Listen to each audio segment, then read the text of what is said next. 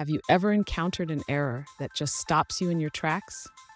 It can be incredibly frustrating, especially when you're trying to get work done. If you're facing the error message about /u used without hex digits in R, you're in the right place. Today, we're going to tackle this issue together. I totally understand how annoying it is when you just want to compile a PDF and instead you get hit with an error message. You're not alone in this. Many users have faced similar issues when starting R or RStudio.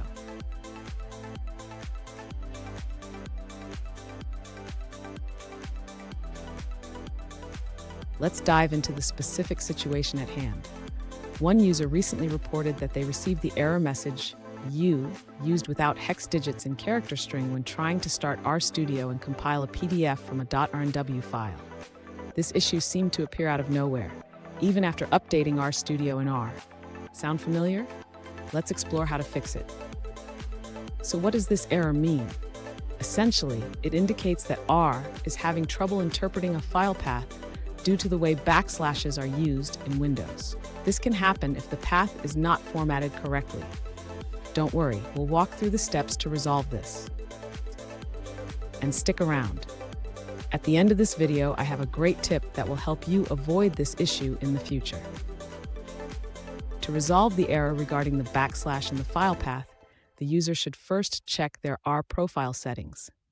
This error often occurs due to incorrect path formatting in the .r profile file. Next, the user should open the .r profile file in a text editor. They need to look for any lines that contain file paths and correct them if necessary.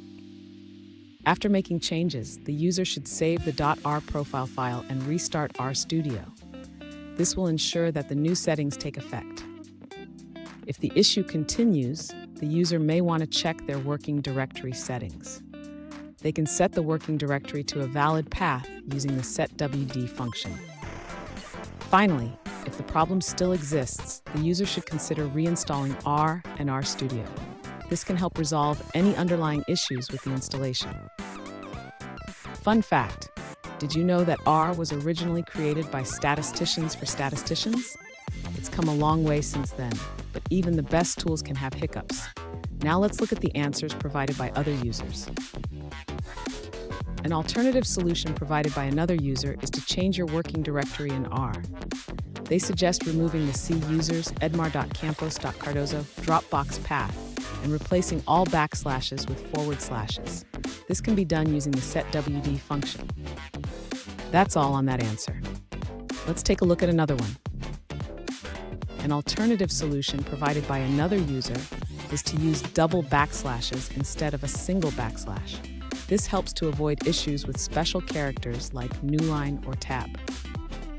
Let's check out another perspective from a different user.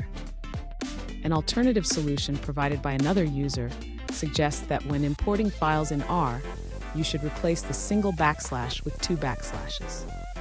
This is important because a single backslash is interpreted as an escape sequence, which can lead to the file path error you're encountering. Let's take a look at another answer from another user. An alternative solution from another user is to change the slashes in your file path. Instead of using a forward slash, use a backslash. For example, instead of this command that triggers the error, setwd of C users desktop RStudio, you should write it as setwusers/name desktop RStudio.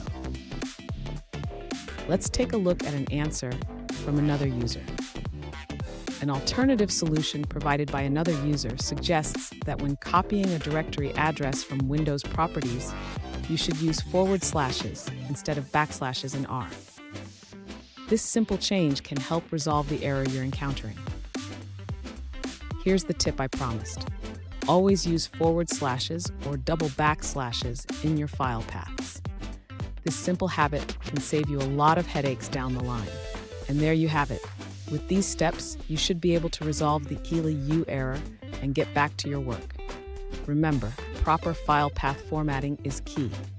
If you found this video helpful, please subscribe for more troubleshooting tips, and don't forget to check out our other videos.